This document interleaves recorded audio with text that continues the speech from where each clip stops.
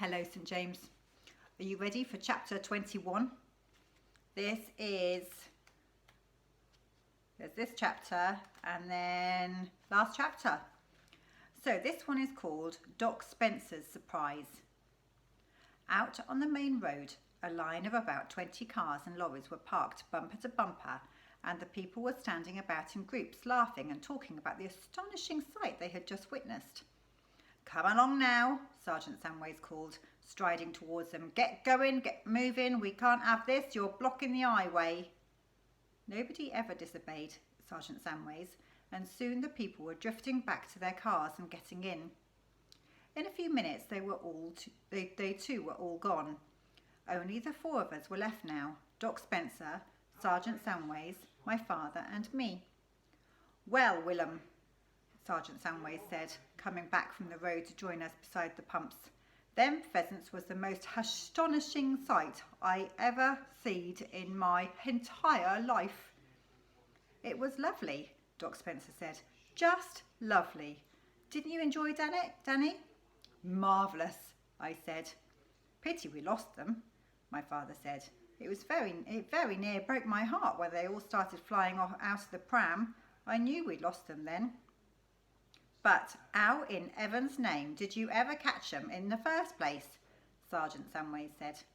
"How did you do it, Willem? Come on, man, let me in on the secret." My father told him. He kept it short, but even then he made it a fine story, and all the way through it the sergeant kept saying, "Well, I never. Well, I'll be blowed. You could knock me down with a feather. Stone the crows," and things like that.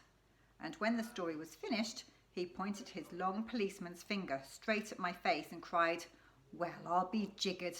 I would never have thought a little nipper like you would come up with such a fantastical brainwave as that. Young man, I congratulate you." "He'll go a long way, young Danny will. You see if he doesn't," Doc Spencer said. "He'll be a great inventor one day." To be spoken about like that by two men I admired most in the world after my father made me blush and stutter. And as I stood there wondering what on earth I was expected to say in reply, a woman's voice behind me cried out, "Well, thank goodness that's over at last." This, of course, was Mrs. Grace Clipstone, who was now picking her way cautiously down the caravan steps with young Christopher in her arms. "Never in my life," was she saying, "have I ever seen such a shambles as that." The little white hat was still perched on top of her head, and the prim white gloves were still on her hands. "What a gathering," she said, advancing towards us. "What a gathering we have here of rogues and varmints. Good morning, Enoch." "Good morning to you, Mrs. Clipstone," Sergeant Samways said. "How's the baby?" my father asked. "The baby is better, thank you, William," she said, "although I doubt he'll ever be quite the same again." "Of course he will," Doc Spencer said. "Babies are tough."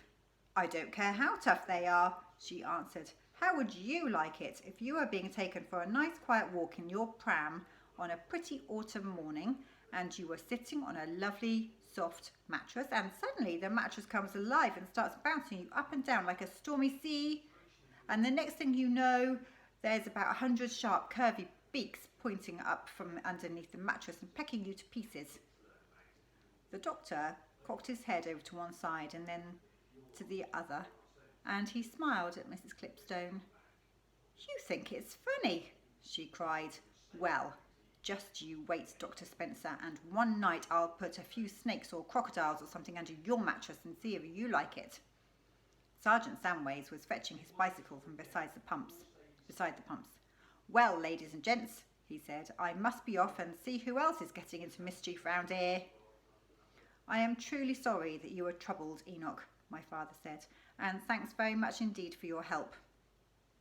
"I wouldn't have missed it for all the tea in China," Sergeant Samways said. "But it did sadden me most terrible, Willem, to see all those lovely birds slipping right through our fingers like that, because to my mind there don't exist a more luscious dish than roasted pheasant anywhere on this hearth." "It's going to sadden the vicar a lot more than it saddens you," said Mrs. Clipstone. That's all he's been talking about ever since he got out of bed this morning. The lovely roasted pheasant he's going to have for his dinner tonight. He'll get over it, Doc Spencer said. He will not get over it, and it's a rotten shame, Mrs. Clipstone said, because now I've got to give him some awful frozen fillets of cod, and he never did like cod anyway. But, my father said, surely you didn't load all of those pheasants into the pram, did you?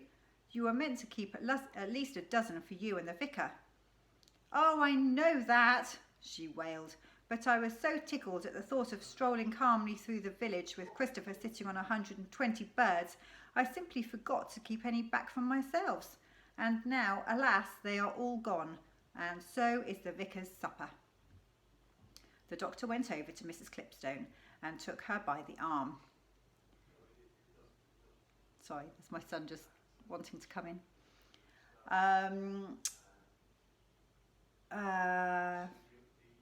You come with me, Grace, he said. I've got something to show you. He led her across to my father's workshop, where the big doors stood wide open. The rest of us stayed where we were and waited. Good grief, come and look at this, Mrs. Clipstone called from inside the workshop. William, Enoch, Danny, come and look. We hurried over and entered the workshop. It was a great sight. Laid out on my father's bench amid the spanners and wrenches and oily rags were six magnificent pheasants, 3 cocks and 3 hens. There we are, ladies and gentlemen, said the doctor, his small wrinkled face beaming with delight. How's that? We were speechless. 2 for you, Grace, to keep the vicar in good mood, Doc Spencer said. 2 for Enoch, for all the fine work he did this morning, and 2 for William and Danny, who deserve them most of all. What about you, Doctor? My father asked. That doesn't leave any for you. There's a picture of the pheasants there in the workshop. My wife has enough to do without plucking pheasants all day long, he said. And anyway, who got them out of the wood in the first place? You and Danny. But how on earth did you get them? My father asked. When did you nab them? I didn't nab them, the doctor said. I had a hunch. What sort of hunch? My father asked.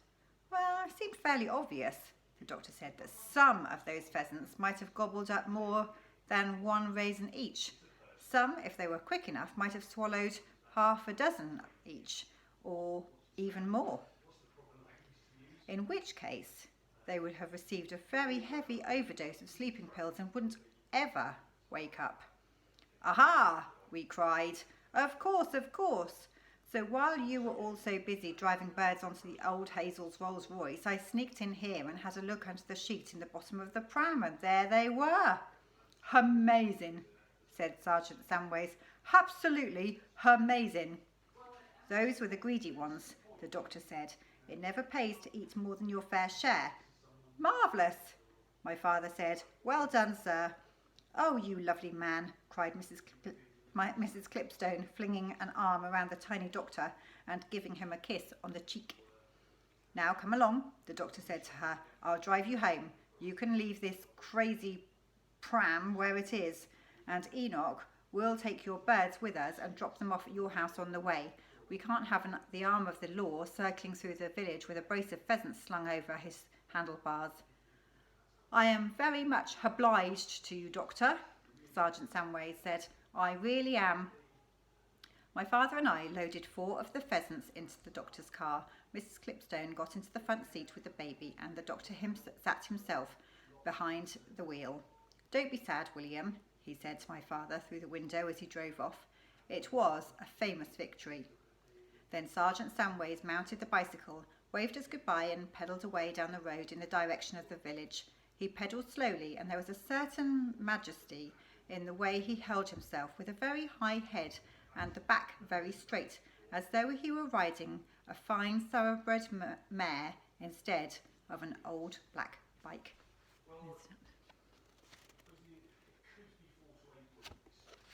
And that is the end of the chapter. Bye-bye.